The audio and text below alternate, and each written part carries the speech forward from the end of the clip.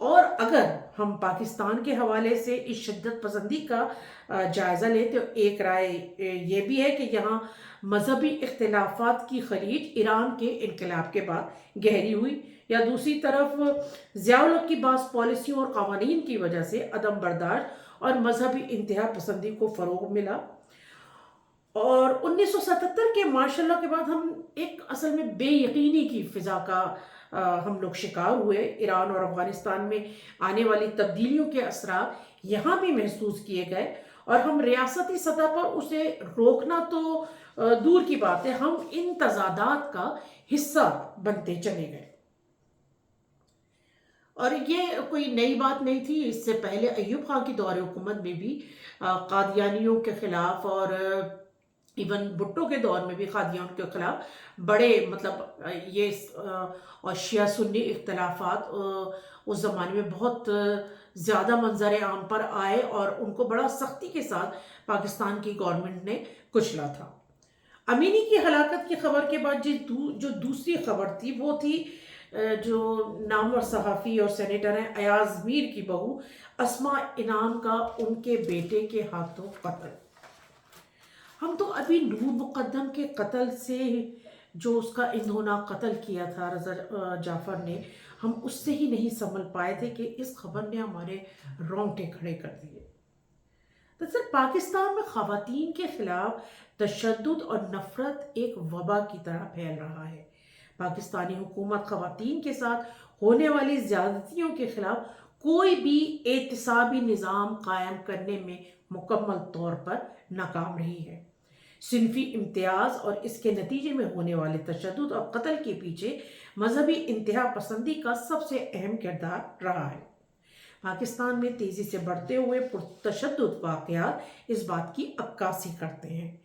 کبھی خواتین کے کپڑوں کا بہانہ بنا کر، کبھی جھوٹے ناجائز الزامات لگا کر، کبھی پسند کی شادی پر غیرت کے نام پر قتل کر کے، کبھی معمولی سے گھریلو معاملات میں جس طرح خواتین کی تذلیل کی جا رہی ہے اور ان کے قتل کیے جا رہے ہیں، یہ سب ہمارے مردانہ سرطان زدہ معاشرے کے اخلاقی طور پر بیمار مردوں کے، ذہنی بیمار مردوں کی نشانیاں ہیں۔ ہمارا معاشرہ مکمل طور پہ سرطان زدہ ہو چکا ہے، اور اس میں پلنے والے یہ مرد ذہنی طور پہ معذور ہیں، ذہنی طور پر بیکار لوگ ہیں۔ ان کی کوئی عقل، سوچ اور سمجھ نہیں ہے، سوائے اس کے کہ یہ ہر چیز میں اپنی حاکمیت چاہتے ہیں، جس کو، اور ان ساری چیزوں کو ہمارا جو مذہب ہے وہ بھرپور سہارا دے رہا ہے۔ پاکستان میں بہت سے لوگ مذہبی انتہا پسندی کا الزام دوسرے ممالک پر لگاتے ہیں، حالانکہ ضیاء الحق نے ایسے کالے قوانین لاگو کروائے جس میں خواتین کے کردار کو بالکل ہی نظر انداز کر دیا گیا ہے۔ ان کی گواہی کی اہمیت کی کمی، ریپ کیسز میں 4 گواہوں کی موجودگی نے ریپ کیسز کو ثابت کرنا ہی ناممکن بنا دیا ہے۔ خواتین پروٹیکشن کا قانون بننے کے باوجود اس کو شریعت عدالت میں بھیج دینا ثابت کرتا ہے کہ مذہبی طبقہ پاکستان کو ایران اور افغانستان کی طرح خواتین کے لیے قبرستان بنانا چاہتا ہے۔ ہمارا پدر شاہی معاشرہ جس طرح خواتین کا استحصال کرتا چلا آ رہا ہے، وہ ہم روزانہ خواتین کے خلاف بڑھتے ہوئے جنسی جرائم کی شکل میں دیکھ رہے ہیں۔